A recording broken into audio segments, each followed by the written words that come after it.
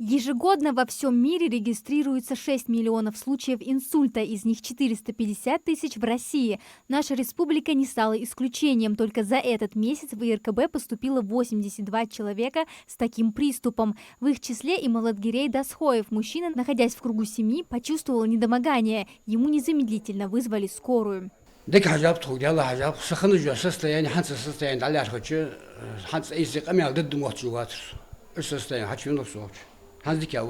Инсульт – это резкое нарушение нормального кровоснабжения мозга. Он возникает вследствие закупорки сосудов головного мозга или кровоизлияния в него. Эти процессы приводят к гибели клеток органа с развитием очаговых и общемозговых симптомов. Состояние опасно тем, что может стать причиной инвалидности пациента и даже его смерти. Возникает этот приступ из определенных факторов риска. Факторами риска являются в основном у мужчин это курение, алкоголь, в основном это курение. Артериальная гипертензия. Пациенты в основном не принимают препараты, которые им назначаются терапевтами, кардиологами, не следят со своим давлением, не следят за диетой. Также пациенты с сахарным диабетом тоже очень подвержены к инсультам. Лучшее лечение – это профилактика. До 80% инсультов можно предотвратить, контролируя основные факторы риска. Спасение жизни – это только первый шаг. Далее начинается сложный и продолжительный период реабилитации. Есть 3 ключевых этапа. Ранее начинается уже в отделении реанимации и неврологии. Затем наступает основной период. 3-й этап уже проходит в отделении дневного стационара.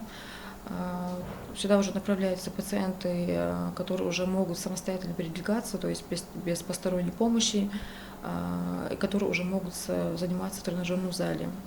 Естественно, также в отделении у нас есть те же самые специалисты, и реабилитолог, и массажисты, и логопед, и психоневролог.